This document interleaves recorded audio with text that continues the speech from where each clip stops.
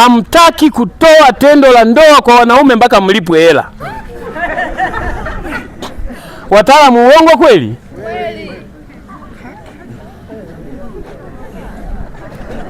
Kesi 5 tumepokea. Unaanza leo unasema 5,000. Akimudu 5,000 unakaa wiki 2 unapandisha 10,000. Na ndoa nyingi sasa hivi zinataka kusambaratika kwa sababu ya kina mama kuwachaji wanaume. Na wahamu ya wakozi wa Pene Njombe hapo hana vifilisi. Akina mama acheni huo ushetani. Ndoa hazisemi hivyo. Hayo yapo kwenye baraza la kata. Amesema nimelipia, sasa hela zimeisha.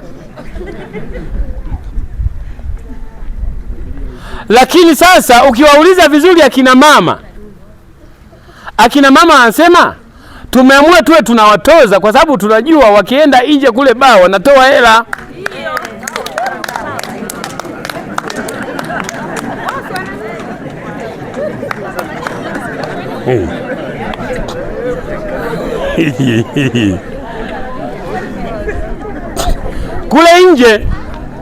Kule nje wanatoa 20, 15, 10. Na akina mama sasa wanataka na wenyewe kulipwa. Yawa mama, weza oombwa?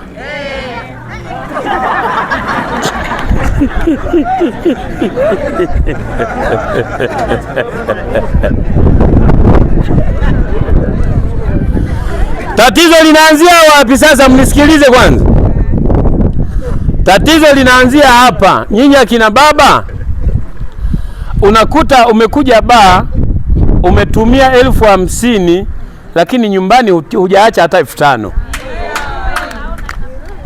Halafu mwanamke anakuja kufuata mahitaji, anakukuta huko baa unakunywa iwaja ufuka mandinyiri sabuni wakati umetoka nyumbani.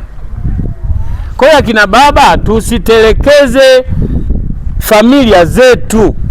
Unapokuja huku kwenye starehe, uache kodi ya meza nyumbani. Sawa jamani? Akina baba sawa? Sawa.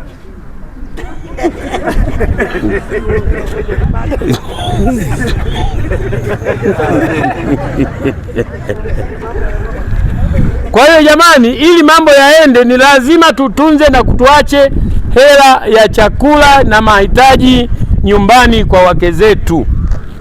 Na wakati mwingine hata kina mama kuchepuka, sisi ndio tunaosababisha. Sasa kama anajua kabisa wewe hutoi hela na akienda mlango wa pili atapata hela, lazima ataenda kuchepuka.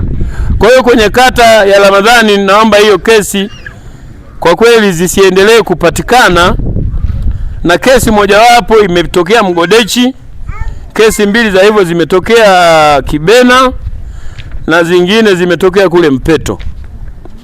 Watu wanachajiana ndoa.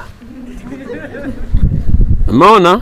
Kwa hiyo jamani, hayo mambo yaishe, yasiendelee kwenye eneo letu.